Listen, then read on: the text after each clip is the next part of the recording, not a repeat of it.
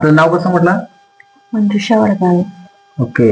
इथं काय ट्रीटमेंट घेण्यासाठी आला होता आणि सध्या त्यावेळी परिस्थिती काय होती तुमची? माझी आधी शुगर 400 होती, 400 450. हा. क्रिएटिन वाढलेलं, युरिक ऍसिड वाढलेलं. ओके.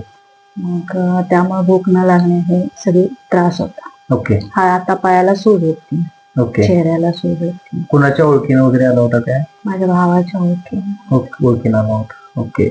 आपल्याकडे 7 दिवस झाले थेरपी आपली चालू आहे निसर्गोपचाराची. हो. ओके. आता काय वाटतंय थेरपी नंतर?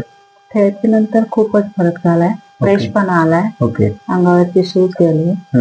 युरिक ऍसिड कमी आलेला आहे. क्रिएटिन वगैरे नॉर्मल आहे. बरोबर. शुगर पण त्यातल्या त्यात कमी आहे. बरोबर. आता शुगर किती 200च्या आसपास आहे 200 आणि इन्सुलिन 50% चालू आहे. कमी आहे. ओके. बाकी त्रास वगैरे काय आता थेरपी नंतर? थेरपी नंतर काही त्रास झालेला नाही. ओके. अशा थेरपी अगोदर कधी बघितलेल्या घेतलेल्या वगैरे? नाही कधीच काय एक्सपिरियन्स काय असा थेरपीचा?